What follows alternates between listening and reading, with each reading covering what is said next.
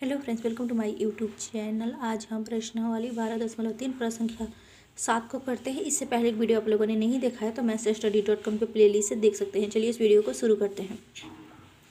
प्रश्न संख्या 7 कह रहा है आकृति 12.25 में ABCD भुजा 14 सेंटीमीटर वाला एक वर्ग ABC और D को केंद्र मानकर 4 वृत्त इस प्रकार खींचे गए हैं कि प्रत्येक वृत्त 3 शेष वृत्तों से में शेष 2 वृत्तों को बाह्य रूप से स्पर्श करता है।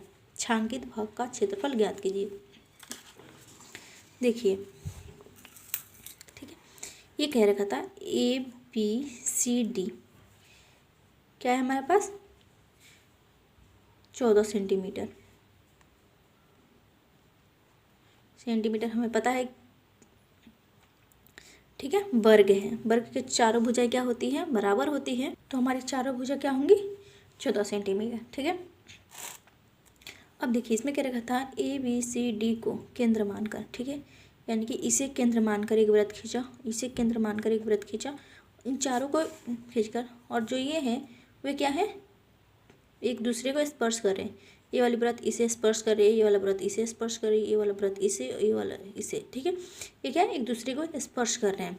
दो वृत्त क्या है बाह्य रूप से, यानी कि दो वृत्त है बाह्य रूप से स्पर्श करते हैं, ठीक है। यहाँ पे देखिए,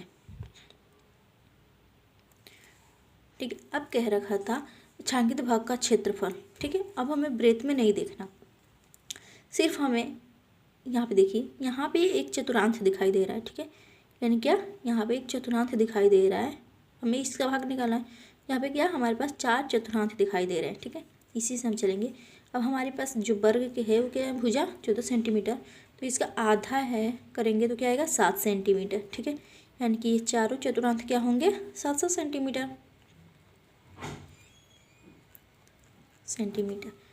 ठीक है। तो हम वर्ग के क्षेत्रफल में से चारों चतुर्थांश का क्षेत्रफल घटा देंगे तो क्या होगा हमारे पास छायांकित भाग का क्षेत्रफल निकल जाएगा, ठीक है। तो चलिए अब लिखते हैं। हल दिया है वर्ग की भुजा बराबर 14 सेंटीमीटर, इसलिए वृत्त की त्रिज्या यानी कि R बराबर क्या है, ठीक है, यानी कि वृत्त है उसका आधा ये है, तो वर्ग क्या था 14 सेंटीमीटर, तो 14 का आधा क्या हो गया 7, तो यहाँ पे लिख देंगे हम 14 का आधा 7 दूनी 14 यानी कि 7 सेंटीमीटर, ठीक है। अब वर्ग का क्षेत्रफल निकालेंगे। वर्ग का क्षेत्रफल बराबर क्या होता है भुजा स्क्वायर, ठीक है। तो क्या है भुजा के 14 गुणे 14 और इन दोनों को गुणा करेंगे तो ये आएगा 196 सेंटीमीटर स्क्वायर, ठीक है। अब देखिए हम एक चतुर्थांश के क्षेत्रफल निकालकर 4 से गुणा कर सकते हैं या चारों को निकाल सकते हैं, 4 से गुणा कर सकते हैं, ठीक है। तो चलिए हम निकालते हैं। चारों चतुर्थांश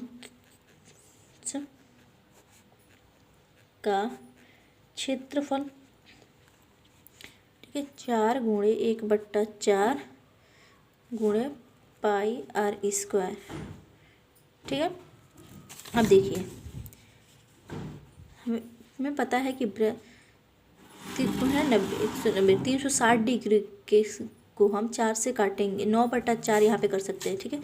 यहाँ पे 9/360 कर सकते हैं और उसे 4 से भाग देंगे तो क्या आएगा 1/4, इसीलिए चतुर्थांश का फॉर्मूला होता है 1/4, ठीक है। तो 4 गुणे 1/4 इंटू पाई की वैल्यू क्या है 22/7, आर क्या है हमारे पास 7 गुणे 7, 7 से 7 कट जाएगा, 4 से 4 कट जाएगा, तो ये बचेगा हमारे पास क्या 7 दूना 14 के 4, हर से लग गया 1, 7 दूना 14 1 15 सेंटीमीटर स्क्वायर, 154 सेंटीमीटर, ठीक है।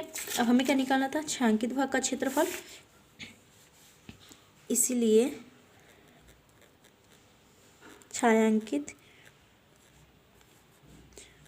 भाग का क्षेत्रफल बराबर, हमें क्या करना था, वर्ग के क्षेत्रफल में से चतुर्थांश का क्षेत्रफल घटाना था।